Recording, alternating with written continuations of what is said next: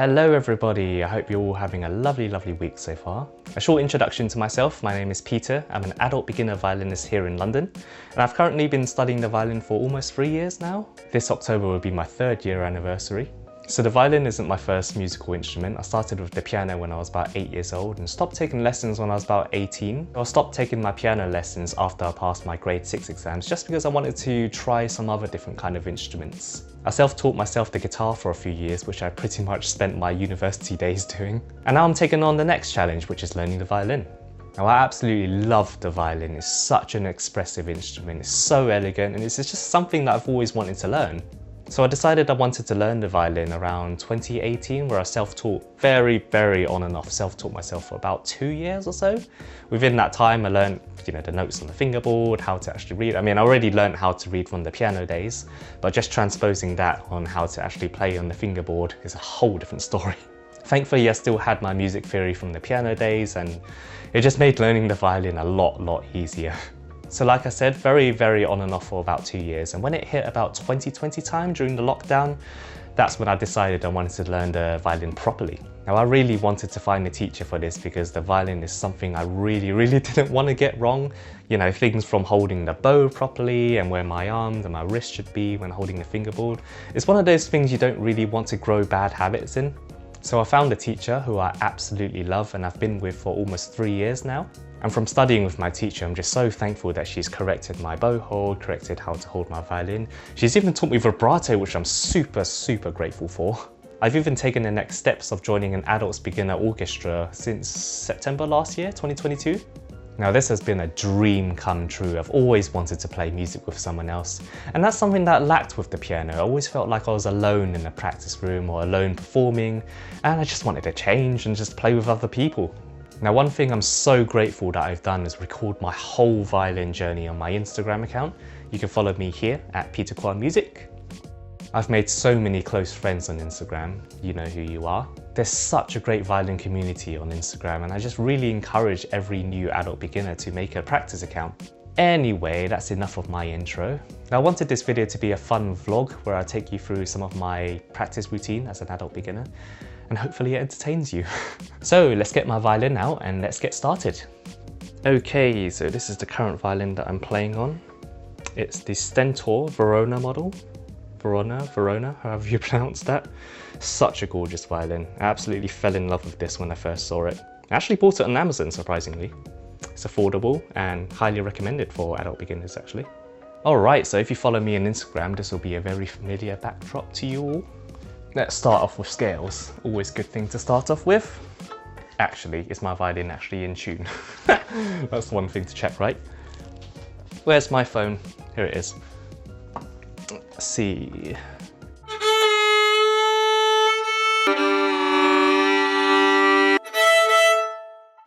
Good enough for me? Okay, start off with some scales. Let's do a G major because it's the easiest one.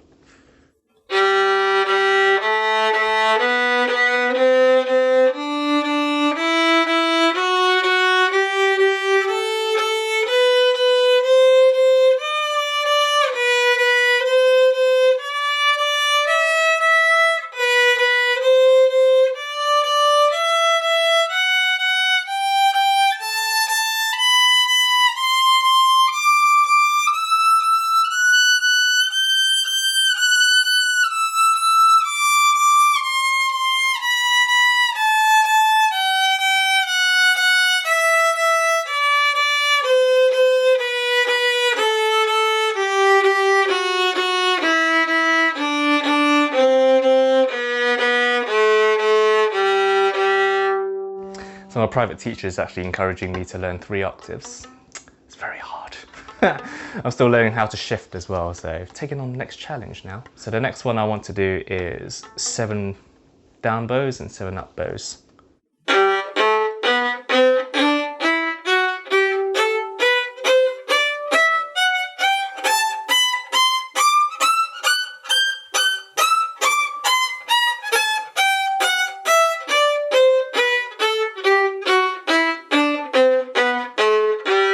Trying to get a lot better at shifting from 1 all the way down to 4.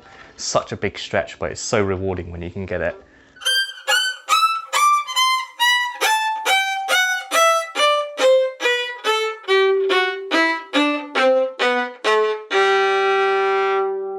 not bad. I was quite happy with that. And then I like to slur it after that.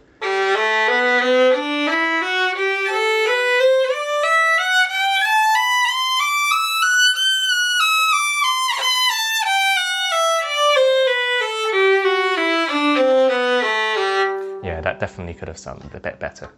Now the next thing I like to warm up with is broken thirds in A major, and that's to add in my vibrato with 2 slurs.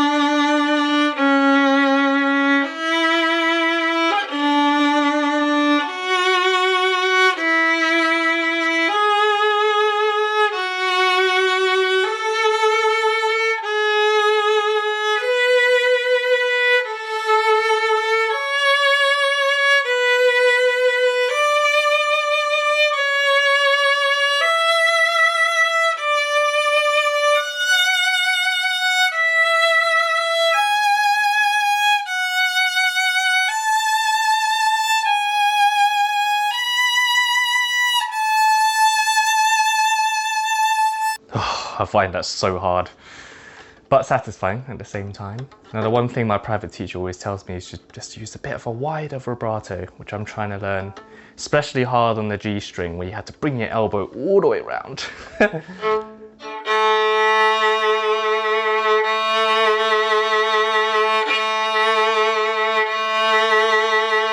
On another point, it's actually quite useful for me to actually play random vibrato and random scales and things, just because it really helps me to kind of loosen up my hands and loosen up my posture a little bit.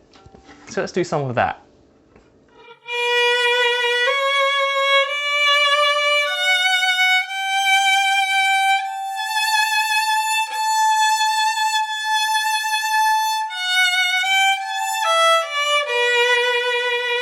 This is a super handy exercise I always throw into my practice routines. It just like helps me with my phrasing and how to be a bit more expressive. Then it kind of makes my pieces that I learn later on much easier.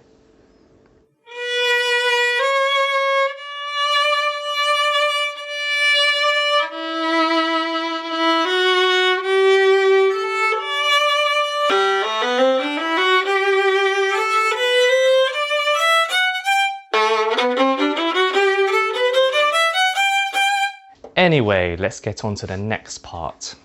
So I've been learning this Wolfheart, very, very famous exercise. And I'm currently learning number 19. Don't know if you can see that, but I'm pretty sure you know how that goes. So we're in C minor for this one. Now what I find really difficult is sometimes when the notes are flattened, sometimes my ears don't register these notes. Generally quite good at hearing some things, but as soon as you throw flats in them, like, nope. Anyway, let's see how we do.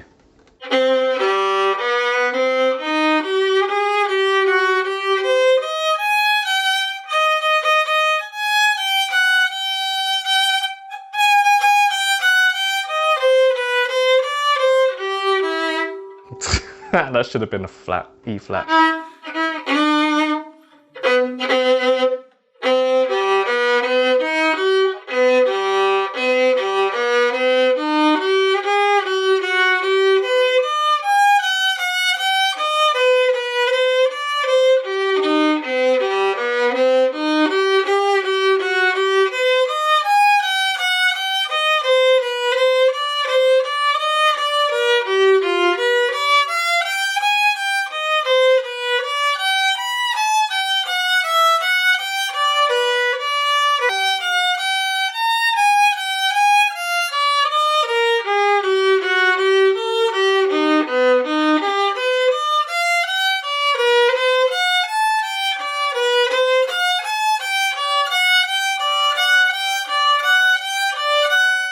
I think I played too much.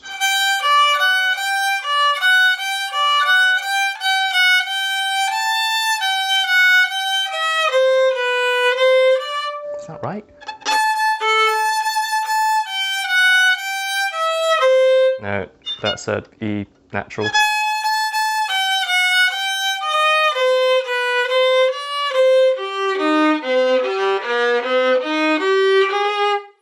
Did I skip a line? I think I did. No, wait. Anyway, I'm just going to start from here.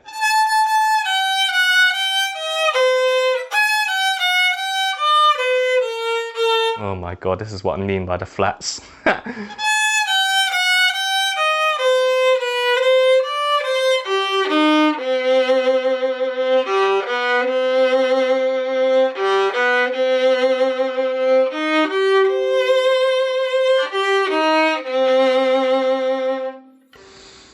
Man, I must get better at this. It's just getting used to where my fingers should be and then understanding which ones are flat. So I've written little arrows on my score to know which notes are flattened.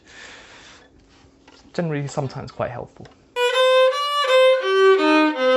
So I'm just laughing because I have no sense of timing at all. I'm just playing notes. And when it gets to the easier part I'm playing, or the part that's familiar, I start to play quick. You know you do that as well, don't lie. What I like about these Wolfheart exercises is that it gives you different options. So we can slur notes, we could do spiccato.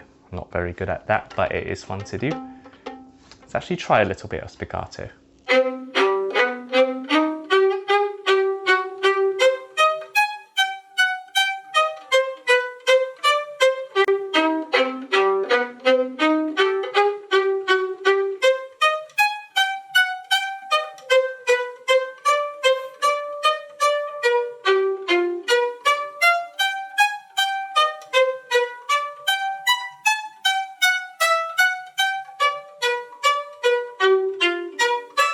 God, there's so much tension in my left hand. I really need to relax a bit more. I feel like doing spiccato, my pinky gets a bit hard as well because I'm constantly trying to balance on here. It does sound really cool though, I like it. I've been told you should play on the string first and then start bouncing like little saucer shapes like this.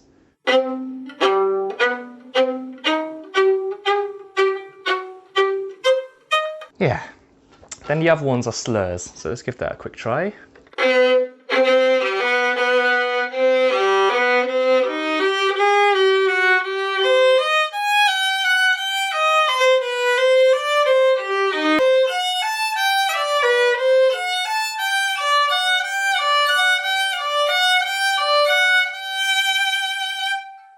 I'm gonna stop there.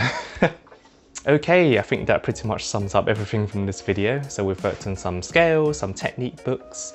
Let me know in the comments if you'd like to see more of these kind of videos. Me as an adult beginner practicing. Maybe I can share some of the pieces that I learned and how I tackle them. Yeah, let me know.